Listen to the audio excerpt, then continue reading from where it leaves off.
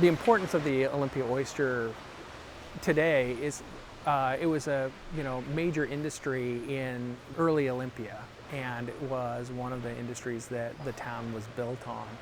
And the Oysters association with Olympia is really symbolic. Early on it was about industry and growth and progress, and now it's become a symbol of sort of environmental awareness in relation to Puget Sound. The first people that utilized the oysters, of course, were the indigenous Squaxin people who've lived here for millennia, and that was a staple food for them. When early American settlers showed up in the 1840s, after they crossed the continent, they got here pretty late in the year and was too late to sort of start farming, and so a lot of them subsisted for the first winter on shellfish. Shellfish gathering is one of the ways that Native people interacted economically with white settlers. It was mostly Native women who gathered the oysters and then brought them to town in baskets that they wove and traded them for materials that they needed, cloth or household goods or other things like that. Industrial oyster extraction industry really started as a result of the 1849 gold rush in California.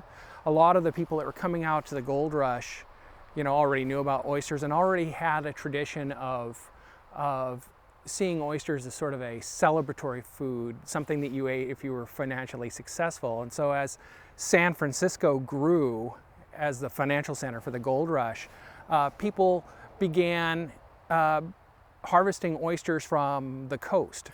At that point, South Puget Sound was too far away by sailing ship. It took too long to get from South Puget Sound all the way out through the Strait of Juan de Fuca and then down to California. For oysters that were growing in South Sound, the Olympia oysters, which are quite small, it really wasn't until the railroad reached Olympia in the late 1870s that they began large-scale harvesting and export. Again, it's all about freshness and being able to get them from the oyster bed to market as quickly as possible. So the railroad made that possible. So the first railroad spur arrived at Olympia in 1878, and that was the same year that a number of oyster companies, J.J. Brenner and a few others, were founded at that time, the Olympia Oyster Company. And one of the sort of strange outgrowths from that is up and down the coast now they're known as the Olympia oyster, although they are actually indigenous to the entire coast, from Baja, California, all the way up to Alaska. They grow really well here. The conditions are really good for growing them, so they're very abundant.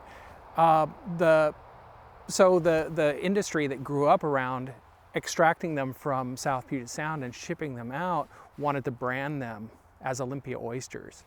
And so I came across an article, it was really fun, where one of the early exporters admitted that they hired people in larger cities far away in San Francisco and Portland to go into restaurants and demand Olympia oysters. And so over time, this particular species of oyster became known as Olympia oysters. The reason that the oyster is considered a delicacy, it has kind of a unique coppery taste that differentiates it. It's kind of a more delicate taste apparently than the eastern oysters that are much larger, and the Pacific oysters that were imported from Japan. Regulation of the oyster industry actually came about very early on.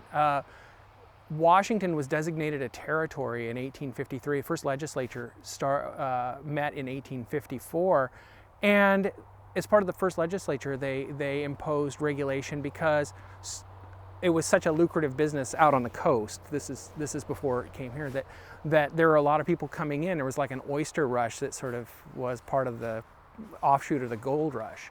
Over time, as the industry grew up in South Sound, same sort of overproduction happened here, plus a lot of unsustainable practices. They would just scoop up all the oysters that they could, and anything that wasn't usable, they would dump on the beach. And so it was within a few years of the beginnings of the industry that the owners of different businesses got together and started coming up with a list of best practices. The oyster played a part in keeping the capital in Olympia. As Washington State grew, a number of other cities that were growing faster than Olympia tried to get the capital moved to their town. There were a number that were in competition with one another. And by this time, this is around 1900, the Olympia oyster was already quite famous and quite well respected, and so lobbyists for Olympia, for keeping the capital Olympia, would invite legislators from other towns to come to these big oyster feeds and sort of, try to ply them with good food and good, spirits to help them decide to keep the capital in Olympia. And so one newspaper referred to the oyster as the succulent lobbyist. As the 20th century progressed, there were more and more plywood mills and pulp mills and industries on the water that produced chemical waste in addition to like biological waste. And that really impacted all species of oyster. So at that point, the industry really got very interested in water quality. Pulp mills on South Puget Sound here, they would dump their chemical waste into the water directly, and there was almost overnight die-off of oysters in this area. So there was a real conflict between the pulp mill owners and pulp mill workers and the oyster industry, to the point where there were protests in Shelton, which is near Olympia, by oyster workers, which were of course counter-protested by the mill workers. But it really took until the 1950s when Puget Sound was in pretty bad shape. I think it was classified by the federal government as the 6th most polluted waterway in the nation, and they really started in the late 50s through the 70s, really worked on cleaning things up, and it really wasn't until that time that things started to turn back around. And the oyster industry, the oyster growers, were instrumental in lobbying for a lot of those changes. Well, for a shellfish farmer, water quality is of the utmost importance. We are regulated, and our water quality is regulated. We have to have very clean water in order to be able to sell our product. And that's very important because we want to make sure that people who eat the product don't ever get sick from it. Luckily, the pulp mill was shut down, and we got the Clean Water Act in the 1970s, and that really was an amazing step forward for Puget Sound and for the shellfish industry. The Clean Water Act has been super important for us. It basically allows us to enforce clean water laws, and since then, Oakland Bay and South Puget Sound has recovered amazingly.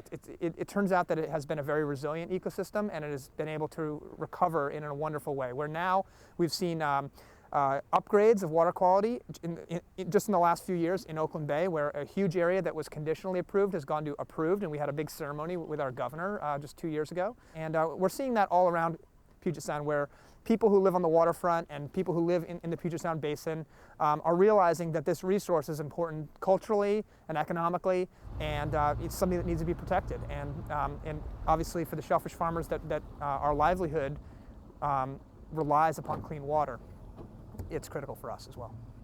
In Mason County, where we are right now, we are the second largest private employer as far as industries, after the timber industry. And in Pacific County, where Willapa Bay is out on the coast, it's the #1 private employer. We, industry-wide in Washington State, we have over $100 million in revenue, and with a multiplier effect, it's closer to 200 in economic impact. And we have approaching 3,000 employees industry-wide, employees or other industries that rely upon us as far as economic impact. So we're here in Totten Inlet at what we call the Bowman Farm.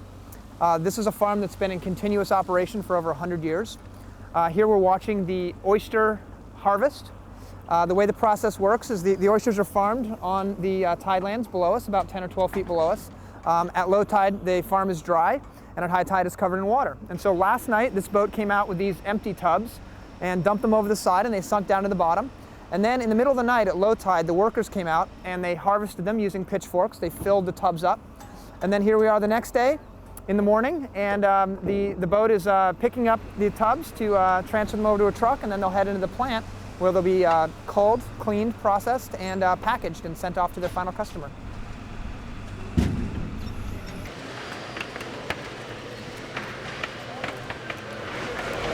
So we're in our half-shell processing plant. In this plant, we deal with all of our single oysters. Individual Pacifics, Kumamoto, Shigokus, Olympias, Virginicas are all processed here. And, these ones are single beach-grown Pacifics. And they're going to be culled today and make it out to restaurants and wholesalers by tomorrow. When the oysters come in off the bay, this is the harvest container straight from the farm. And so what he's going to do here is he is moving the oysters into the color sorter to be washed and cleaned and sorted. He's dumping them into a freshwater bath, and then the oysters are going to go up a conveyor and be hand graded and mechanically graded to make sure that they are the right size, so that all of our extra smalls are consistently the same size, smalls, mediums, larges, all of our various sizes. So these are the native Olympia oyster. So this is the oyster that the industry was based on up until about the 1920s and 30s and 40s, when overharvest and pollution knocked the populations back. We've been farming them for a long, long time, and we're one of the few companies that still produces them in a hatchery today. The Olympia oyster has a very distinctive flavor. It has a coppery, almost like a metallic-y aftertaste that is just wonderful. They are a small oyster, but they have a very big flavor.